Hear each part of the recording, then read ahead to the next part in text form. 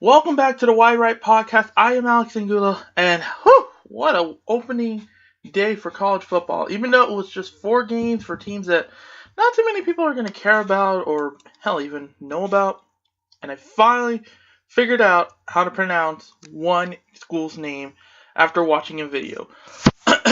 Let's get started with the college football scores. The first 4 games of the college football season have ended in Division I FBS. We have UMass and Duquesne. We got Rice and Prairie View, Hawaii and Colorado State, and Wyoming and New Mexico State. UMass defeated Duquesne 63-15. A difference. Oh my gosh, a 48-point difference if I'm not mistaken. Yes, 48 points. And then Rice barely squeaking out a win against Prairie View, 31-28. Shows you how good the Prairie View team is, and a HBCU, historically black college or university. A lot of people in the negatives are gonna be like, "Oh my goodness gracious, Prairie View, you blew it." But a lot of people say, "Oh no, Rice did well." There's so many sides to it. All right, so who are the top performers in the UMass against Duquesne game? Well, they're all from UMass. Andrew Ford went 13 for 19, which is a pretty high percentage, I believe. Yeah, he threw nearly 69%. Threw for about 69%, 186 yards, and 2 touchdowns. Bilal Ali of Mass had 9 carries for 109 yards and 1 touchdown. And Andy Isabella had 5 receptions for 131 yards, going for nearly 26.5 yards for 2 touchdowns in that extremely crazy blowout. Alright, and then Prairie View kind of took over, but, Rice barely got it. Jalen Morton of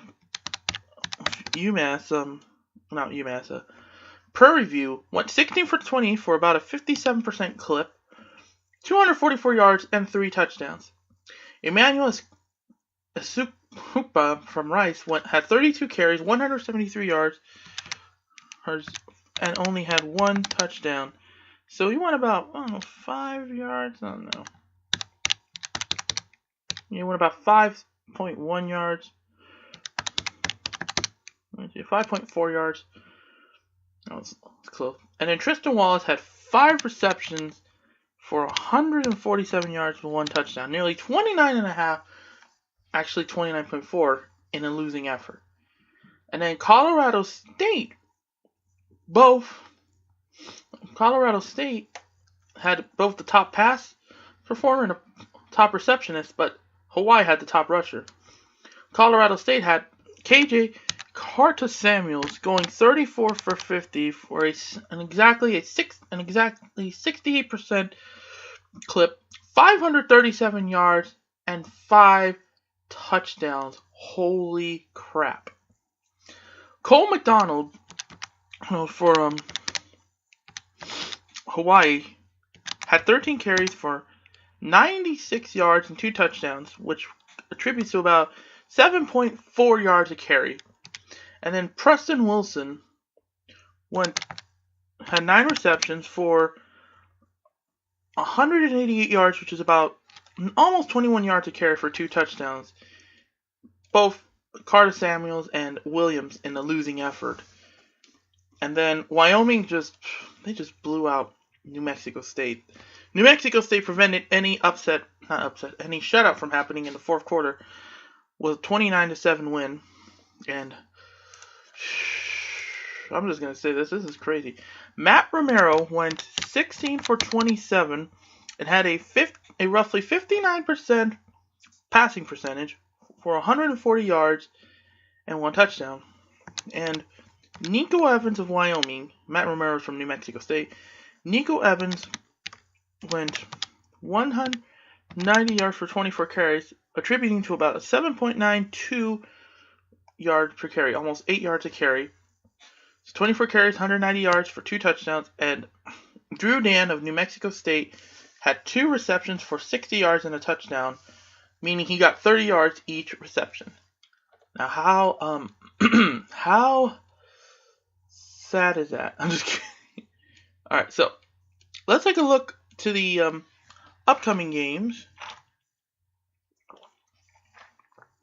for Thursday, when it is the official kickoff, even though this is week 0. So you have UCF and UConn, 21st ranked UCF, excuse me, I'm sorry, no disrespect to the UCF Golden Knights, the defending Coley Matrix national champion UCF Golden Knights over UConn. UCF is favored by 23.5 points in that one. Then New Mexico State is back at it. Now, these are the 4 o'clock games. The later on, the last one is UC Davis and San Jose State, of which someone I know personally is going to be, well, oh my gosh, this,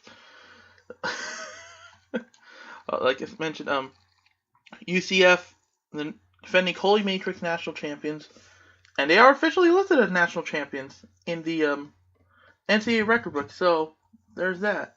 So and I've got a major declaration later on today. And then you got New Mexico State. Well, these are the 4 o'clock games. You got the aforementioned game. Then New Mexico State travels to Minnesota. Central Connecticut is going to Ball State. Georgia State is hosting Kennesaw State. And then the 5 o'clock games. There's one 5:30 and one 7.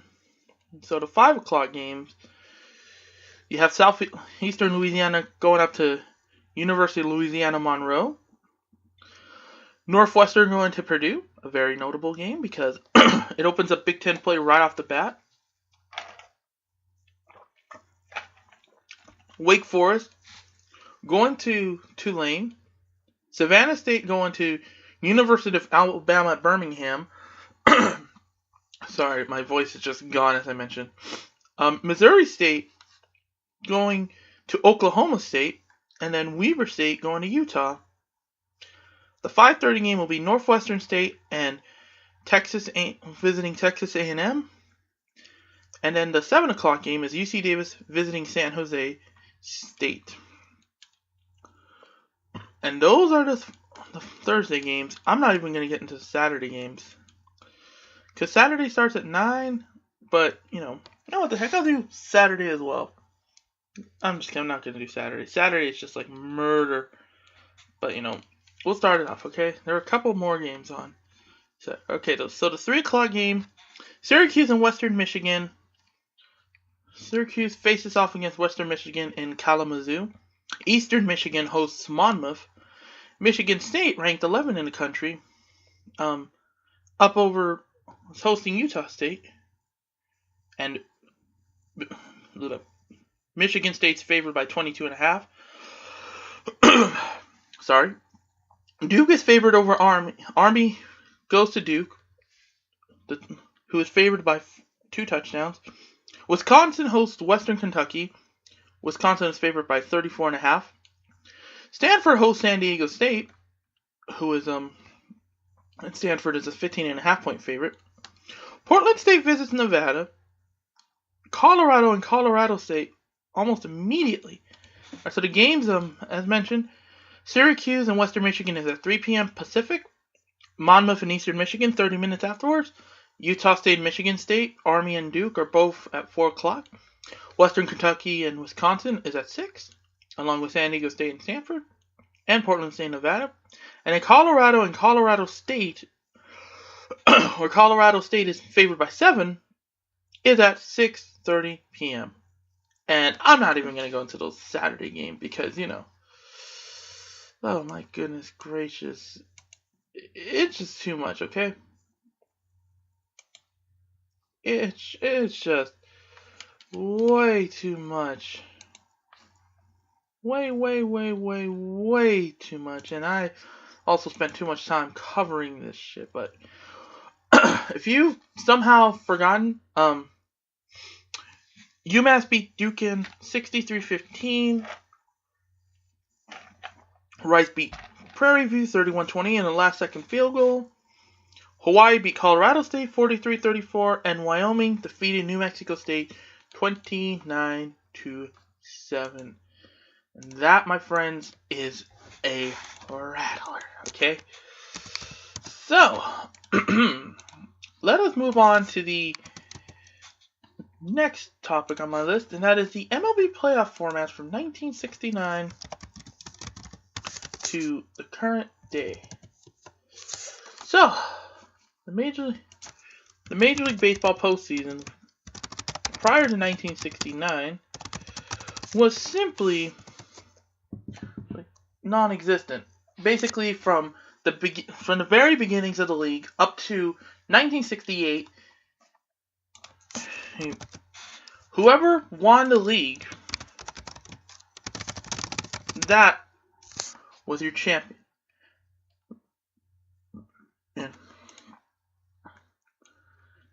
And then 1969 saw a very, very, very, very interesting change.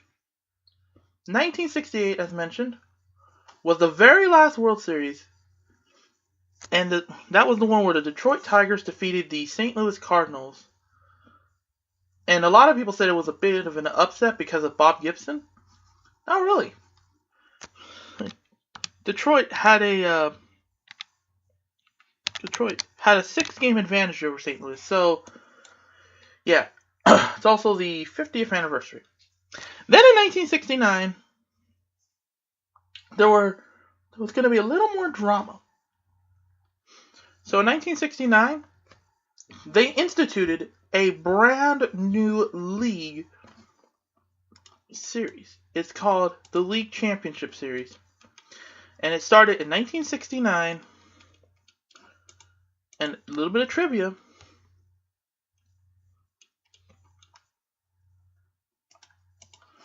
The very first 4 teams of the... So here we go. The very first... the very, very first...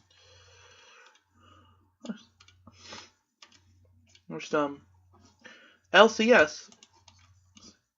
This is what it was. The Baltimore Orioles, led by Earl Weaver, beat the Minnesota Twins, led by Billy Martin. Yes, that Billy Martin. 3-0 in the first sweep.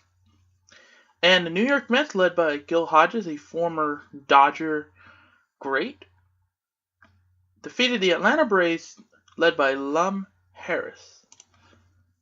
That's right, Lum Harris. So I know a lot of you are like, wait, why are you doing this, Alex? Why are you talking about this stuff? Well, I just find it interesting. Okay.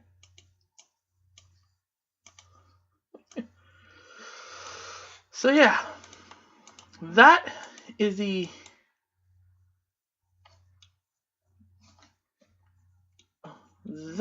how it began. And then in 1994, the year of the strike, there were 3 new divisions, the West, the Central, and the East, breaking up the West and the East, and finally putting teams in their proper division based on their geography.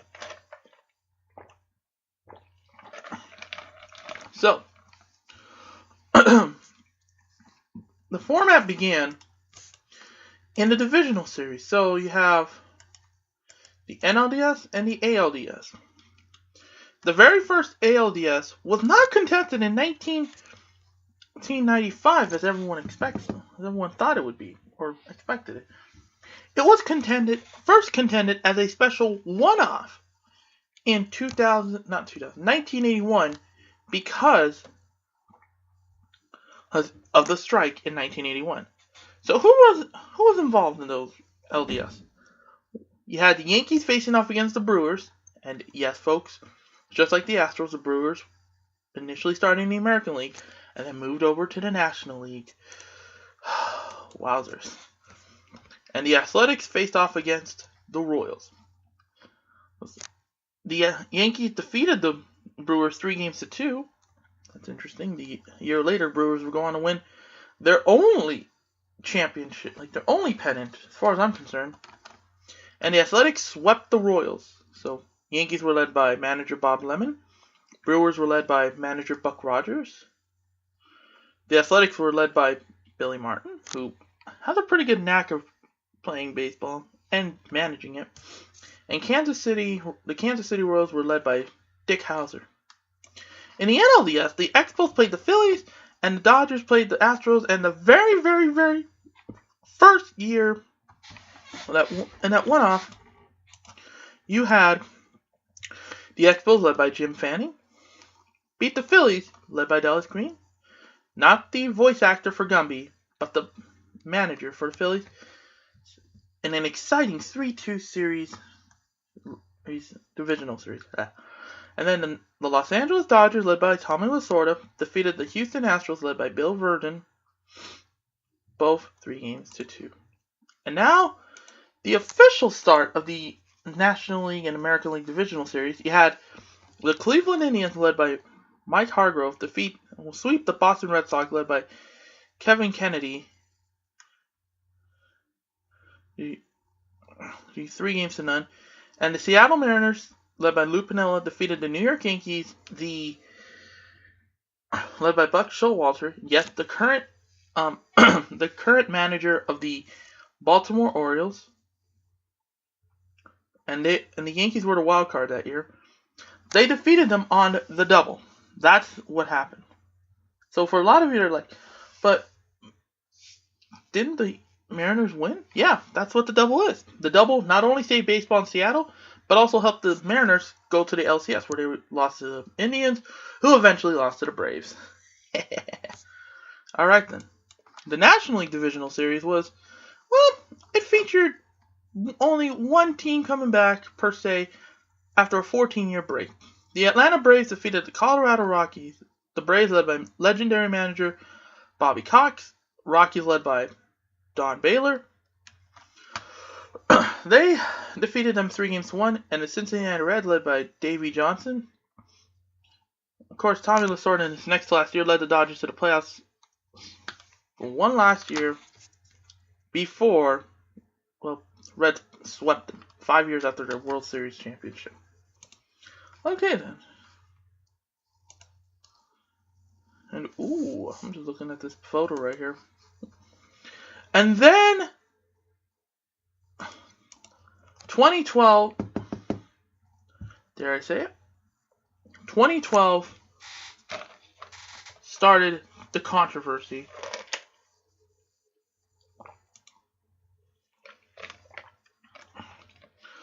So,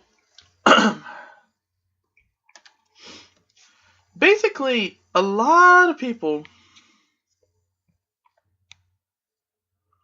wanted to see this format, the LDS, the 3-round format, stay, specifically after the 2007 one-game playoff between the Padres and the Rockies, in which the Rockies won in controversial fashion.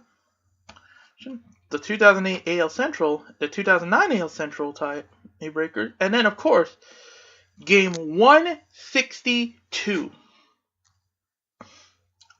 If you're a Major League Baseball fan or just a casual sports fan and you haven't heard of Game 162, I recommend you look up a documentary, because it is one of the most exciting games and one of the most exciting days in recent memory.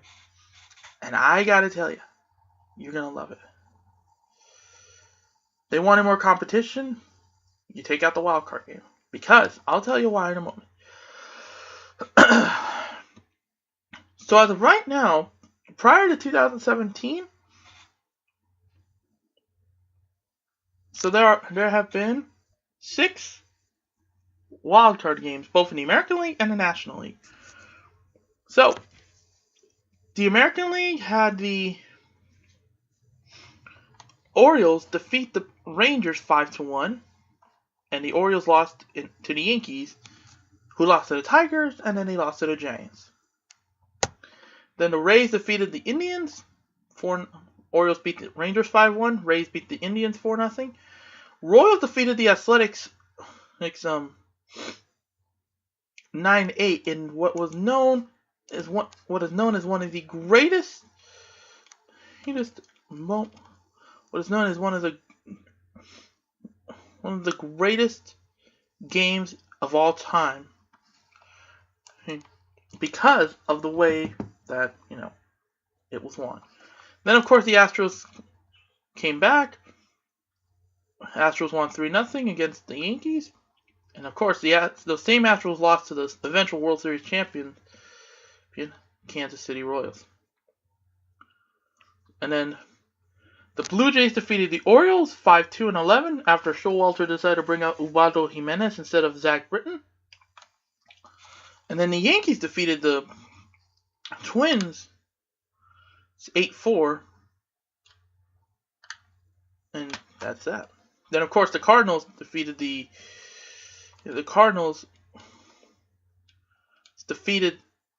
Braves in an extremely controversial fashion, 6-3, after the infamous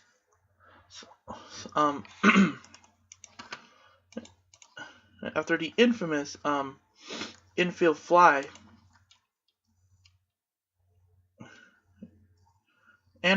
So long story short, Andrelton Simmons hit it out. Sam Holbrook called it out, signing the infield fly rule. And this guy,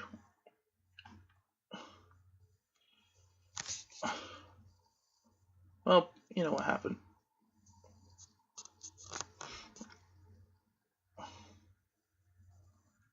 Of course, I'm just going to say this. Yeah, Holbrook was the umpire. He did a couple of things, and he started in 1996. So, yeah. Then the Pirates became the first team to, well, in the National League side, it's a little more lopsided. I'm gonna explain everything later. The Pirates defeated the Reds 6-2, the infamous Cueto game. The Giants soon crushed the Pirates 8-0. Cubs beat the Pirates 4-0. And that was the day, if you're a Cubs fan and you're somehow listening to this, October 7, 2015, that is the day that your team went from being lovable losers to World Series champions, because that was the game that kicked it off.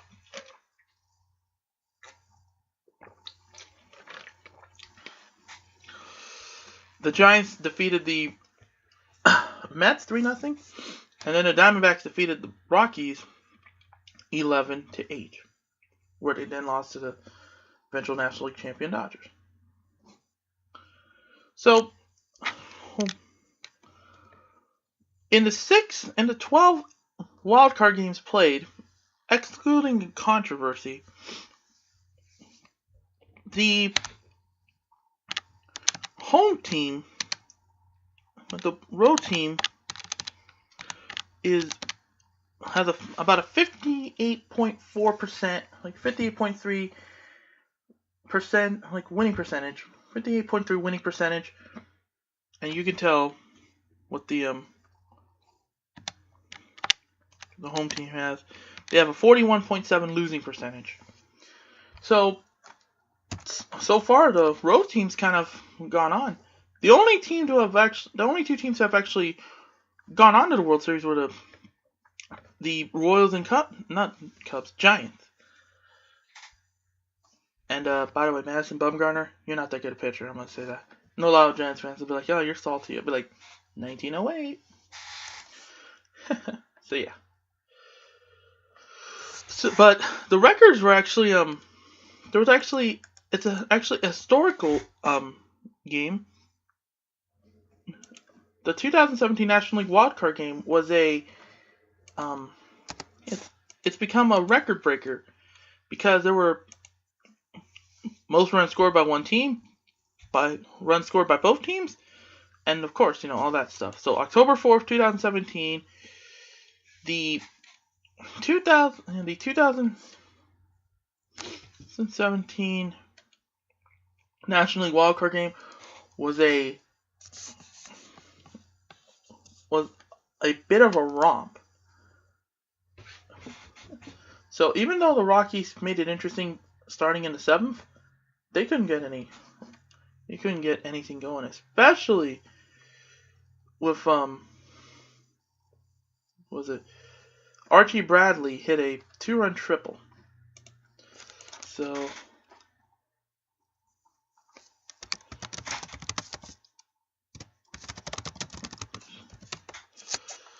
that game is amazing. It was just one of the craziest wild card games. That and the 2014. If you want to watch good baseball, you watch the National League wild card game and the 2017 National League wild card game and the 2014 American League wild card game, because oh my god, those games were good. So yeah, that is how the MLB postseason works. It is just amazing. It is astounding. But like I said, the 3 games that you want to watch, if I were to rank all those games, if I were to rank all those games from 5 to 1, I would easily put the Astros defeating the Yankees 3-0 in Yankee Stadium. That's 5. The Orioles the Blue Jays defeating the Orioles 5-2. The Orioles defeating the Blue Jays 5-2 as number 4. Number 3 would be the 2013 National League wildcard game. Number 2 is the 2017 National League wildcard game. And of course the 2014 American League wildcard game. No bias. I've seen it all. Well, I didn't see the 2012 or 2013 or even 2014 because I was kind of protesting. But yeah, long story short, those are my 5 favorite wildcard games. I probably should write them down. Probably later. Yeah. I can actually do it right now. So, okay. I'm not going to do any honorable mentions because, Alright, oh my gosh, I'm just scribbling down the notes here. Alright,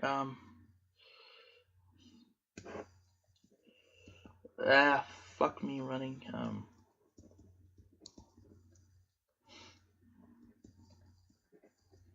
and that is that. That's one of the most, random lists I've ever made. But yeah, that is how it's done, folks. That is how I do this, okay? So, I'm going to do the last 5 Fiesta Bowls. Okay. So, I believe alright, so the 2017 PlayStation Fiesta Bowl, I'm not going to call it by its, wait,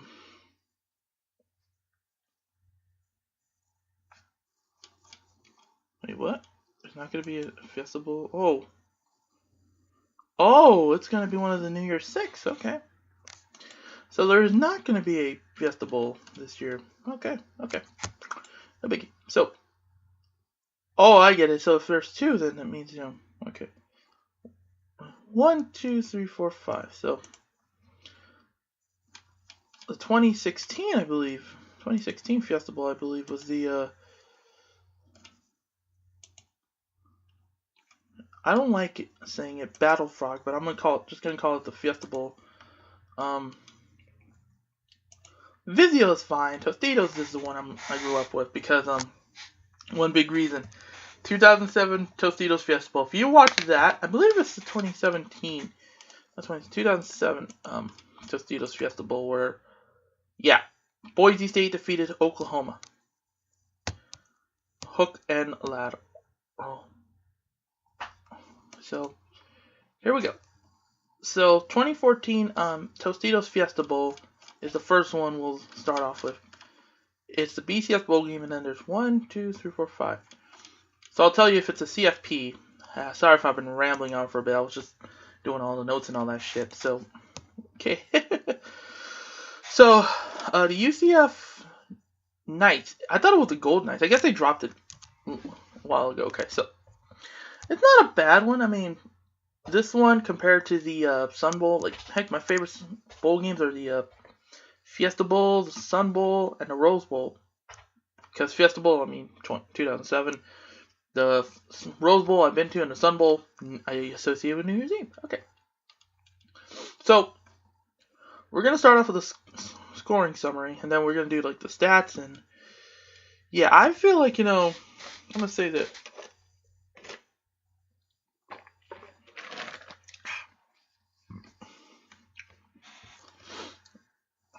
okay, so I'm only going to show the stats. I'm not going to like, okay, okay, okay.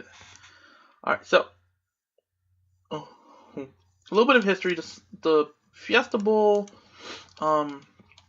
was initially played in Sun Devil Stadium from 1971 to 2006 before the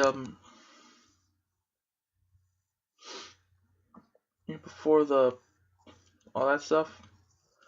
Alright, and then the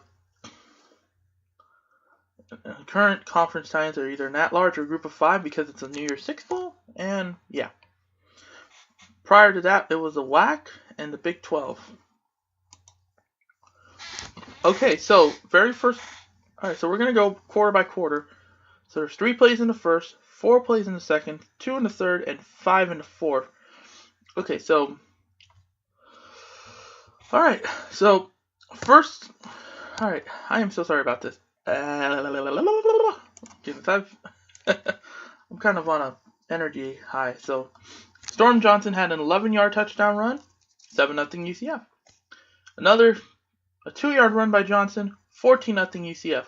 Bryce Petty got it in on a 1-yard run, 14-7. Levi Norwood had a 30-yard touchdown reception from Bryce Petty. Extra point was missed, 14-13 UCF. Rennell Hall threw a 50-yard touchdown. Well, got a Blake Bortles threw Bryce Petty threw a 30-yard touchdown reception to Levi Norwood, which is why it was 14-13. My mind's all over the place today. Fuck me. I'm keeping that shit in. Blake Bortles threw a 50-yard touchdown reception to Rennell Hall, 21-13. Bryce Petty had a 13-yard run, 21-20. Rennell Hall had a Blake Bortles threw a 34-yard touchdown reception to Rennell Hall, 28-20. Bryce Petty had a 1-yard touchdown run. 2-point conversion was successful, so it's all tied up at 28, and that's the third. All right. After 1, it was 14-7 UCF. After 2, it was 28-20. And then at the end of the third, Blake Bortles threw a 10-yard touchdown throw to Brashad Perriman. And it's 35-20 at the end of 3. And the fourth quarter is where all the action is if you want it. Blake Bortles ran for 15 for a touchdown, 42-20 UCF. Glasgow Martin had a 9-yard touchdown run, 42-35. Storm Johnson responds with a 40-yard touchdown run, 49-35 UCF. Sean Moffitt kicks a 36-yard field goal, 52-35. And then Clay Fuller received a 9-yard touchdown home reception from Bryce Petty, 52-42, end of game. So, what was the stat lines? It was pretty interesting and one of the highest scoring games that I've ever seen in a while. And oh my god. Okay. So, UCF had 29 first downs, Baylor had 27. By the way, UCF won 52-42. UCF had 75 plays for 556 yards. Baylor had 85 plays for 550 yards, which amounts for 1,106 yards of offense. Where's the defense in? Where are the defenses in these games? Okay. Holy crap. Oh my gosh. Well. Then so UCF had 44 rushes for 255 yards. Baylor had 38 rushes for 194 yards, meaning 449 yards of offense were on the ground. And then the majority of the throws were through the air. Baylor won. Baylor had 356 yards through the air. UCF had 301. So there were 20 passes. There were 20 completions out of 31 attempts, 2 interceptions for UCF, 30 completions out of 47 attempts, and 1 interception. And UCF, well, they won because they had the ball for a pretty long time. They had it for 34 minutes and 47 seconds, compared to Baylor, who had it for 25 minutes and 13 seconds. And penalties, UCF had a field goal that was good.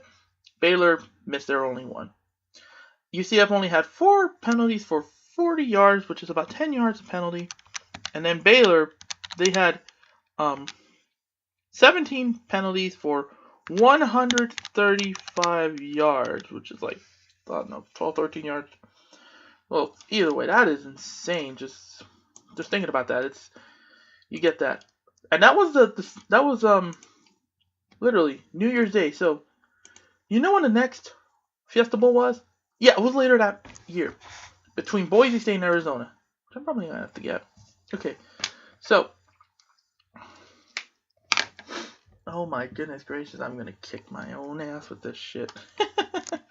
Okay, so so Jay Ajayi had a 56-yard touchdown run for Boise State, and then Chaz Anderson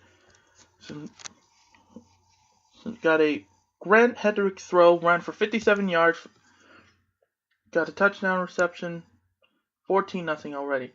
Jay Ajayi, 16-yard touchdown run. And then Anu Solomon put the first Arizona points on the board at the end of one, 21-7 Boise State. The first half is where it was at, because the second half was more tight. Okay. So, Jay Ajayi had a touchdown run, 28-7. Nick Wilson responded, 28-14. Arizona had a 42-yard field goal by Casey Skowron, 28-17. Boise State responded to a field goal by Dan Gooddale, 31-17. Then Casey Skowron said, hey, I'm going to top you another one, 31-20. And then Dante Dayan said, enough of this field goal shit. I'm going to do a pick six. And that's what he did. Pick six at the end of the third. By the way, at the end of the first half, it was 31-17 Boise State. And then, like I said, Dante Dayan, pick six to make it 38-20. And then that's the last Boise State score. Because Samaji Grant got another 51-yard reception from Anu Solomon, the quarterback. And it was 38-27. And then Casey Skowron, last play of the game, it was 38-30. That is it. And the final score, 38-30. All right, then. Whew. All right. So, Boise State had 22 first downs. Arizona had 29. And, Boise State had 69 plays for 471 yards.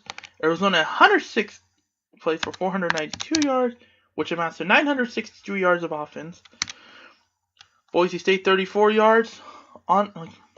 carries, 162 yards on the ground. Arizona had 56 carries, 157 on the ground, meaning that there was 319 on the ground. Arizona had 335 yards through the air.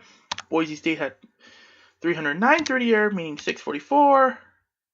And then 24 completions off of 35 attempts with 1 interception for Boise State. And then Arizona had 28 completions out of 49 attempts and 2 interceptions with the aforementioned pick six. And surprisingly, Arizona had 30 minutes and 59 seconds worth of play, a full minute 58. I'm trying to think. Nearly 2 minutes. 118 seconds more than Boise State, who had 29 minutes and 1 second. Boy, this is a good game. And what about the 2015? And what about the 2015 and the 2018 bowls? Well, because they were played on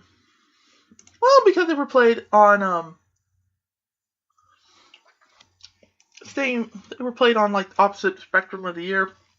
There was no bowl game for 2015, and there's no bowl game for 2018. So, yeah. Oh boy! All right, so Ohio State playing Notre Dame here. I got a major announcement about Ohio State, and they've got a major major announcement about Ohio State and Notre Dame later, not Notre Dame, Maryland later on. Okay, so this was a bit of a blowout. Okay, so Ezekiel Elliott scored. Fuck me, I forgot to do the end of the quarter. Okay, so at the end of the first quarter for the Boise State Arizona game, it was 21-0 Boise State, 21-7 Boise State at the end of one. 31-17 Boise State at the end of the half. 38-27 Boise State, and of course 38-30. I keep forgetting to do that. I'm so bad at that. Okay. So yeah. So Ezekiel Elliott scores the first touchdown, 7-0 Ohio State. And at the end of one, Michael Thomas got a 15-yard touchdown reception from J.T. Barrett, 14-0. And yes, I'm reading the Wikipedia pages. I'm not ashamed of it. I repeat, I'm not ashamed of it.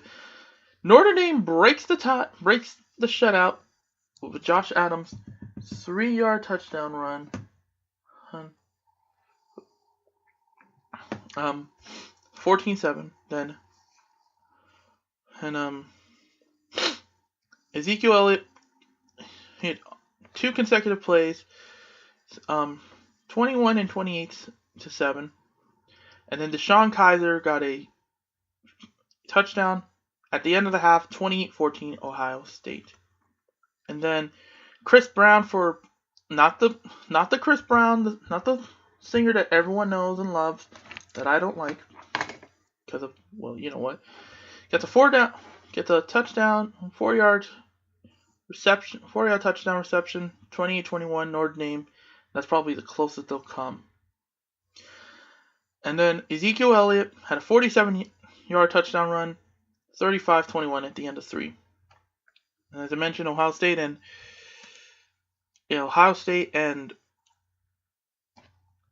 Maryland will have a major thing for me. So then Ohio State opened the fourth quarter scoring with a 37-yard field goal by Sean Nurenberger. And the last Notre Dame touchdown was a Will Fuller 81-yard touchdown reception from Deshaun Kaiser, 38-28. Then 38 and 35-yard field goals by Sean Nurenberger made it 41-28, and then the final score 44-28 Ohio State. So there were exactly 51 first downs, 24 for Notre Dame, 27 for Ohio State. 70 plays, 405 yards for Notre Dame.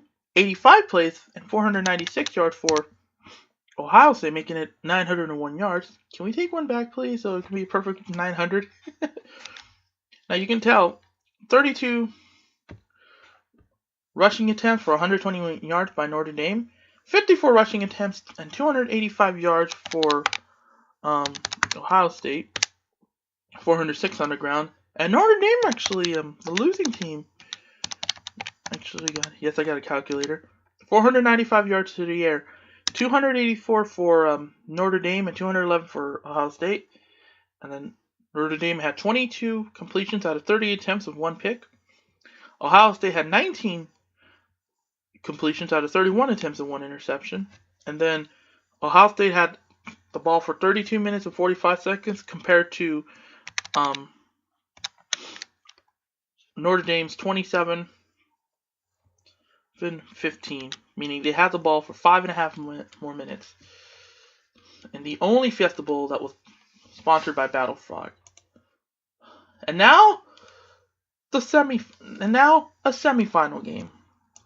My voice is almost shot, because my voice is shot basically because of this. So Ohio State comes back later this year, and Clemson faces off after finishing 12-1 and 11-1 campaigns respectively. Well, this is a blowout. So you're gonna love this. Okay then. So Greg Hugo opened the scoring with a 3-0 Greg Greg Hugel had a 45-yard field goal, 3-0. Deshaun Watson ran for a touchdown, 10-0 at the end of one. C.J. Fuller got a 30-yard touchdown reception from Deshaun Watson, 17-0 at the half. Then Deshaun Watson had a 7-yard touchdown run, and then Wayne Gallman had a 7-yard touchdown run. So at the end of 3, it was 24-0, and then at the end of 4, it was 31-0 at the end of the game. So the defense for Clemson was good. They had 33 first downs, 9 for Ohio State, 24 for Clemson, and then they had 215 yards compared to. Then Ohio State had 215 yards compared to Clemson's 470 for 685. Ohio State was 3 for 14 on third down, which was a 21%, roughly 21%, not 31, 21% clip. Whereas Clemson had a 47% clip because they were 8 of 17. And then Ohio State had 88 rushing yards. Clemson had 205, which means 293 yards were on the ground. And then through the air, it's pretty crazy. 392. 265 for Clemson, 127 for Ohio State. And then Ohio State had 19 completions on 33 attempts, 2 picks. And then Clemson had 24 completions off of 37 attempts and 2 interceptions. And then, wow, this is pretty big. So, Clemson had the ball for 35 minutes and 51 seconds compared to Ohio State's 24 minutes and 9 seconds, which is nearly 12 minutes. Isn't that crazy? All right, and then the last game, the last game where it was a little more competitive. All right, so it was the Penn State Nittany Lions and the Washington Huskies. All right, so here we go. Deshaun Hamilton got a 47-yard touchdown from Trace McSorley. And then Saquon Barkley, 14-0. That was my, that's how long I've been recording. My voice is almost gone, but, alright. But 14-0 at the end of one. And then at the second quarter, Jake Browning got a touchdown, 14-7, Penn State. Jake Brown, Miles Sanders, and Saquon Barkley respond, 21-7 after Sanders, 28-7 after Barkley. And then Myles Gaskin got a 13-yard run, 28-14 at the half. And then there were 2 scores, one by Washington and one by Penn State. Aaron Fuller got a touchdown reception from Jake Browning for 28 yards, 28-21. And then Deshaun Hamilton, Trace McSorley responded with a 24-yard throw to Deshaun Hamilton, I believe, 35-21. And then the best one, Myles Gaskin can put the finishing touches on the game with a beautiful 69-yard touchdown run. I gotta see that. Well, we don't know why I love that. Come on, it's 69, folks. Okay, so Penn State had 27 first downs. Washington had 15. So Washington had 55 yards on 330 yards of offense. Penn State had 78 plays on 552 yards of offense for 882 yards. So Washington had 104 yards of offense on the ground, whereas Penn State had 212 for a combined 316 yards on the ground. And then Penn State had 342 yards through the air, whereas Washington had 226 yards for 568. And then this is interesting. Even though, I'm gonna get to the passing later. Whereas Penn State had the ball for 35 minutes and 55 seconds compared to Washington's 24 minutes and 5 seconds. That's 11 minutes and 50 seconds more for Penn State. Washington had 18 completions on 28 attempts, which is amazing, considering that's about a 64.2 completion percentage, but no interceptions. That's crazy. I mean, that's amazing. And then Penn State had 32 completions on 41 attempts with 2 interceptions. So it was pretty clear. Yeah, it was pretty clear, folks, that the Nittany Lions were far, far better than expected from a lot of people. Whew. So those are the last 5 Fiesta Bowls. Yeah. All right. So, oh boy, oh boy, oh boy, oh boy, oh boy, oh boy, oh boy. I cannot wait for next week when I probably fuck my voice up a little more. Alright then, so let's get to my next topic. My next to last topic. The Wisconsin Timber Rattlers and the Burlington Bees. So, this game was played on August 10th, but the reason it's so interesting is because of the way that the game ended. So, coming into the game, Burlington was 44-68.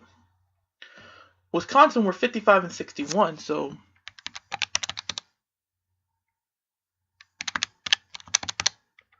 yeah, both teams were not doing well. Yeah. I'm just doing a lot of math here, so it's like, they're both under 500. Very much under 500. In fact, oh boy. Like, I don't know what to say. I was thinking like, okay, how can I? Oh well. Alright, so Burlington thought, okay, we got ourselves a 6-2 lead here in the top of the ninth, in the bottom of the ninth. We're good. Okay, so for the Bees, Tim Allard walked. Like, the bases were loaded. Tim Allard walked. Leonard Rivas scores. Orlando Martinez went to second. Spencer Griffin went to. Let's get this, okay? And then. Oh, the third. Oh. Okay, so Torrey Hunter Jr. walked. Then there was a mound visit. Leonard Rivas grounds into the fourth out. Grounded into a fielder's choice where shortstop Darren Seferina threw to Kenny Corey to get Torrey Hunter Jr. out. So there was one away. And then Orlando Martinez walked. Another mound visit. Spencer Griffin walked. Tanner Pena struck out swinging. Then Tim Allard walked. Make it to make it 1-0 Burlington. And then there was nothing until the bottom of the fifth, where Wisconsin took a temporary 2-1 lead. First, Peyton Henry struck out swinging. Ball got away. That's going to be very interesting later on. But, he struck out. Tanner Pena had to complete the strikeout to Kike Menendez. And then Zach Smith singled on a ground ball. Kenny Corey singled on a ground ball to the left, whereas Clark hit it to right. And then a pickoff attempt. Oliver Ortega had there was an error, 1 of 2 on the night. And then Clark to third, Corey to second. Then Gabriel Garcia got a line drive base hit to score Zach Clark. And then the very next pitch, Nick Pierre hit a sac fly to Torrey Hunter Jr. Kenny Corey makes it 2-1. And then Gabriel Garcia made it very, very, very poor throw by getting caught stealing. And then there was nothing until the top of the sixth when Kenner Pena singles. Tim Miller struck out. Kiki Menendez singled. Alex Almeida walks on 4 straight. Julio Garcia got a ground ball. Kenner Pena scores and Kiki Menendez scores. And Burlington starting to feel good here. And then Torrey Hunter came up. And it was 3-2. Torrey Hunter came up. Grounded out, but Alexis Almeida scored and Julio Garcia went to second. And then on top of the 8th, Tim Miller struck out, Kiki Menendez struck out, Alexis Almeida singled, Julio Garcia struck out. But the reason that there wasn't a 1-2-3 inning is because Carlos Herrera, who was pitching, struck out, and that's about it. Oh, actually, Carlos Herrera threw a wild pitch, so Menendez went to first. Garcia struck out, and then Torrey Hunter singled. Kiki Menendez scored after Almeida singled on a ground ball. Torrey Hunter Jr. singled, and that's it. That's 5-2. And then top 9, Orlando Martinez tripled. Spencer Griffin grounded out. Kenner Pena, dare I say it, he singled. Tim Miller caught looking. And then Kiki Menendez, Kenner Pena singled.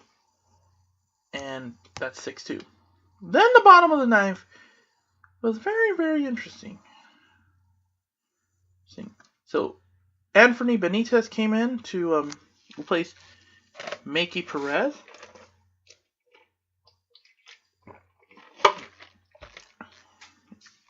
Eddie Silva singled. Tristan Lutz flew out to Orlando Martinez. KJ Harrison he singled.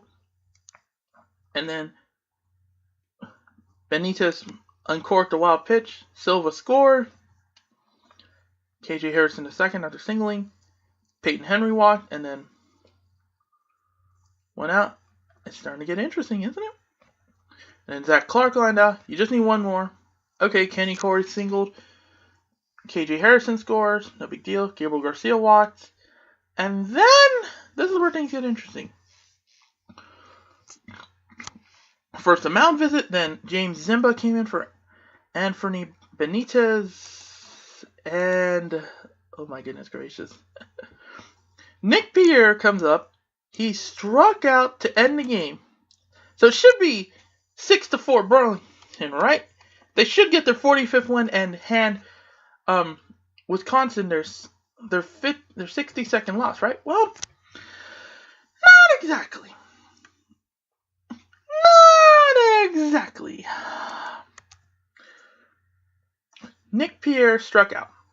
Ball is dropped. He advances first. Kenner Pena scores. Wild pitch by James Zimba. So how come Wisconsin won? Peyton Henry scored, Kenny Corey scored, Gabriel Garcia scored, and a ball game. So it should have been their 62nd loss. Turned out to be their 55th win. Now let's talk about the American Association of Independent Professional Baseball. So Saturday, September 16th, the Wichita Wingnuts should have been the 2017 champions, their first title since 2014, but a balk was called. Yes, that's right.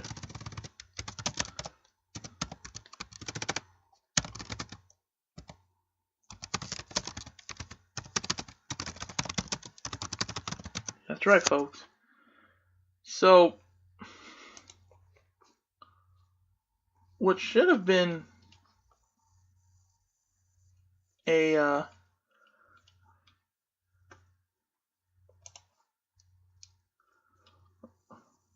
what should have been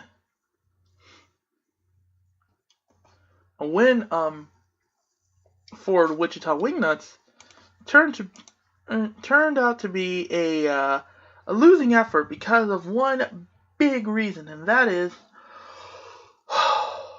pitcher balked, and they called it. That's right, pitcher balked. Now, I've got one last thing to do before I end the podcast, but yeah, this has already gone on over an hour. Whew.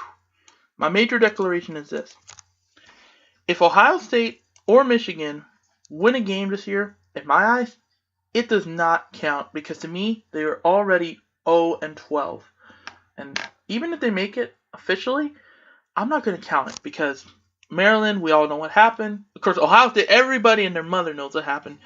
But with Maryland, the guy died, and even though this university accepted responsibility, I am going to, unfortunately for Maryland, I'm going to count their season as 0-12 this year. Speaking of which, I'll actually finish up with that. So, as mentioned, let's see, who did they play? So, let's see. Alright, so, boy. Alright then, so, oh my goodness gracious, the fact that, the fact that Urban Meyer is probably still going to have a job is going to be sickening.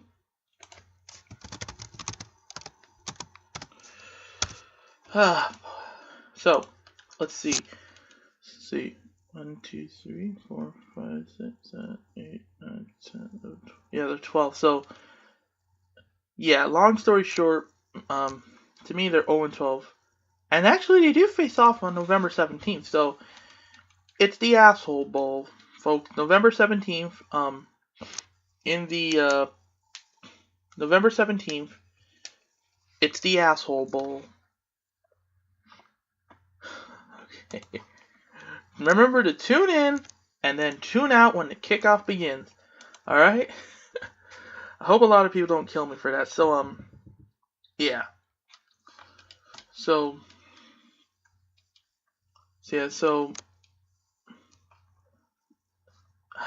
alright. So that is it. And yeah, that's how I'm going to end this, So, hope you enjoyed this very long podcast. It's over an hour. It's a lot of content, mainly because of the football and the college bowls and all that. So yeah, this is Alex Angulo, and I will see you next time.